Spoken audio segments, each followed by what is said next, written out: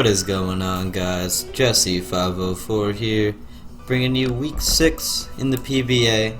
This week we are up against EpicPants, coach of the Toronto Maple Nuzleafs. And I gotta admit, I kind of slept on this team at the start, but it's actually really powerful, and I just don't think I have a great matchup against it. His team: Mega Venusaur, Tapu Koko, Hawlucha, Greninja, Arcanine, Cursula, Masquerain, Kyurem, Excadrill, Tauros, and Claydol. So Excadrill is kind of the main thing that I'm afraid of. I pretty much dropped my only ground resist in Honchkrow, and so this week I'm gonna pick one up for next week. I gotta do that today. But so going into a week against Excadrill with no ground resist sucks. Yeah, I've been just really scared of prepping all week. How do I defeat an Excadrill when I don't even have a ground, or when I don't even have a ground resist to hit it, let alone a ground immunity? So yeah, it's gonna be tough, but I got some sets to work with. So starting it off, we got the Mega Diancie, Rock Polish Diamond Storm, player of Body Press. So if I remember correctly, his speed tiers drop off from Tauros at 110, which I don't think is coming, to, if I remember correctly, let me look at these. From Tauros at,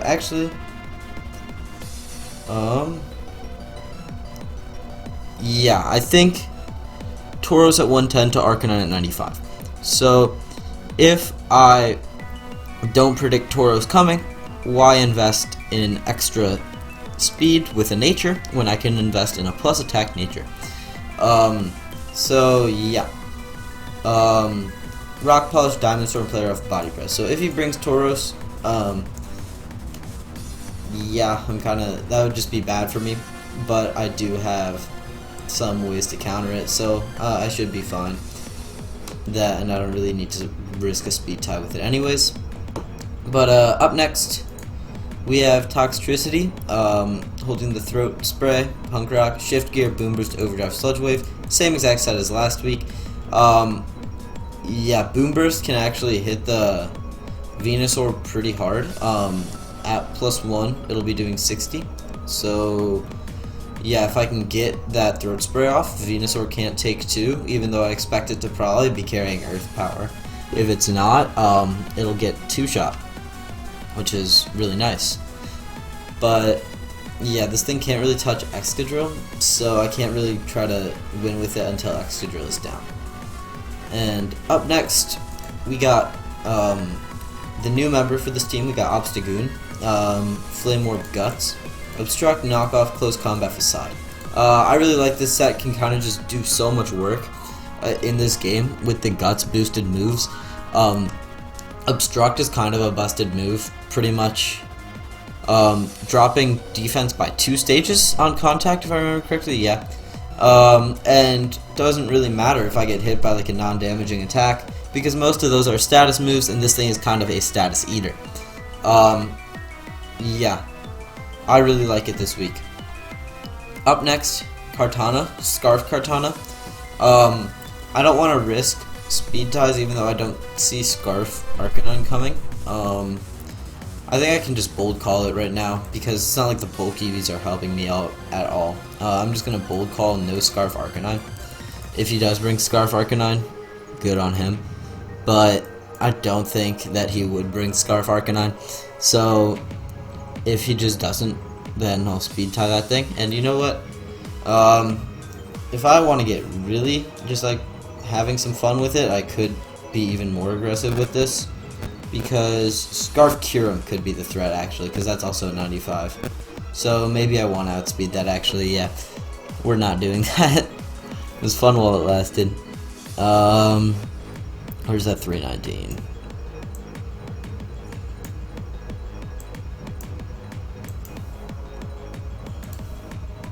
Boom. Wonderful EV spread right there. We're gonna make it even better. 100, 300. Beautiful. Yeah, okay. So we have a beautiful EV spread out here. Yeah.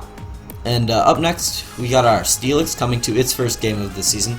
I really like it as a Tapu Koko check this week. Additionally, I believe that I don't get 2-shot by Excadrill after leftovers, and I don't get 2-shot by Hawlucha after leftovers, so it can take out one of those threats. It can 2-hit KO either of them, I'm pretty sure. Also, sets rocks really well, and can kind of function as a bulky steel type, which is what I feel like I need this matchup, even though he kind of has things that eat steel hits. Yeah. And then last up, substitute Sword Stance Garchomp. I like it on the Venusaur. It's kind of free to just do that, because obviously I think the Venusaur is going to want to try to like hit it with Leech Seeds and Toxics, but behind a sub it can't really do that, and then I can just pretty much get a free Sword Stance up and start doing work until the Koko wants to come in. But if the Koko's down, if the Greninja is down, then this thing can start putting in work, and if it's not, Scarf Cure. So couple of things to note. But yeah, this Garchomp can put in work if it is allowed into the right situation. Otherwise, yeah, I don't really like my matchup too much. But looking at the other coaches' schedules, as long as I win next week, I should be locked in for playoffs. So I'm not 100% sure on that, don't quote me. But I think I just have to go 1-2 over these next 3 weeks to hopefully be in playoffs. But I'll see you guys in the battle. We got this view, which means we got post-com. Sorry about that, but let's see it. So on the lead matchup, what I was thinking was, shoot, I'm trying to remember what I led. I think I'm leading Kartana just because it has such a good matchup, but I went back and forth between Kartana and Steelix and Obstagoon, all of which I thought were pretty solid leads. So if I remember correctly, I lead Kartana, and I do predict pretty well because he leads Excadrill. So I obviously have a move that can OHKO this thing, and I just decided to go for the move, go for the Sacred Sword, but in comes the Arcanine, and it only does 25 to the Arcanine, so, but at this point I can go into the Garchomp, and he catches me with a Play Rough, which I really like, because Play Rough, it's not really that great of coverage against my team, but since he's packing a physical Arcanine, Play Rough is pretty solid to hit the Garchomp. That's really its best option too. It could go Dragon Pulse if it was special, but Play Rough is still solid.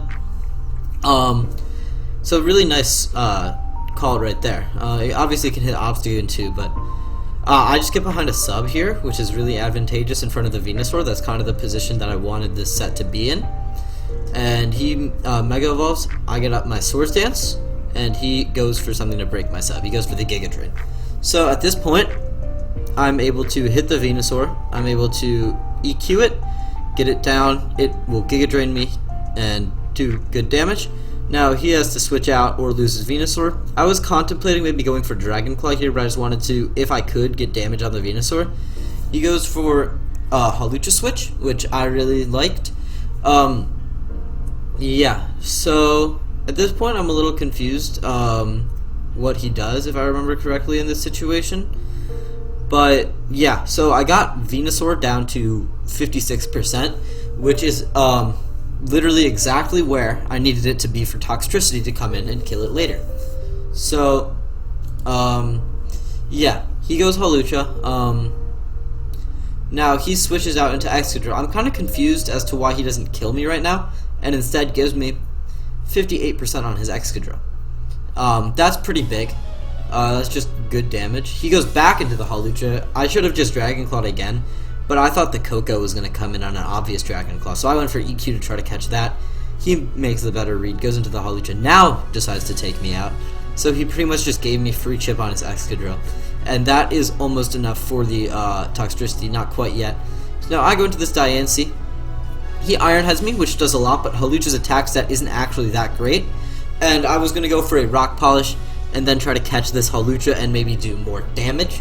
But I don't get to, because instead I get flinched, which sucks, because Rock Polish would let me take out the Hawlucha, and then he would have to go Koko to revenge me. But he wouldn't have this Hawlucha for later. And when my wincon is a Toxtricity that's trying to get shift geared up, an unburdened Hawlucha is not really what I want to see. So I'm able to, I have to switch out now, predicting another Iron Head. He goes for it. Yep. I could have seen a close combat play, but he goes for it. Now he goes out into the Arcanine as I go for Heavy Slam. I could have set rocks here, but I decided that I just wanted damage on the Hawlucha. And now I go out into my Diancie just trying to sack it off as he goes for Flamethrower and I live. So now Excadrill comes back out and I get to do good damage to it. I get the Diamond Storm. I probably should just go for another one here. But I decided to go for Body Press, even though Diamond Storm would have KO'd, would have covered my switches a little bit better. I'm pretty sure in the battle I saw it was a roll, so I didn't really want to risk it. But yeah, depending on the spread, that was a roll. So he ends up just close combating me, but this is kind of the situation that I need for my Toxtricity, seeing that he can't touch me.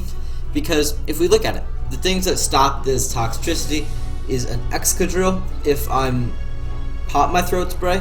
An Excadrill above like 40% would stop this set, or if I haven't popped my Throat Spray, an Excadrill above like 25, if I remember. But since this Excadrill's at 20, I can safely go for my Shift Gear up.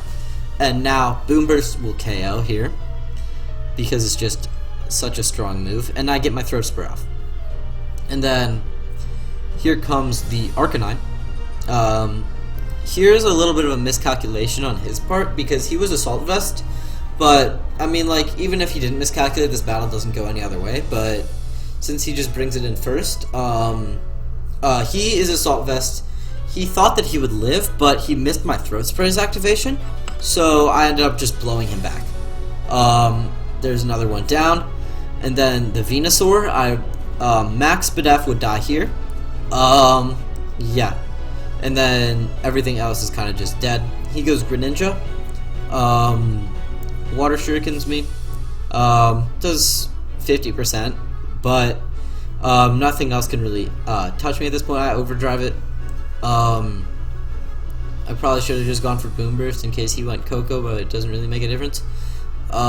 He goes Coco. I Sludge Wave it. Yeah, just wanted to ensure the KO.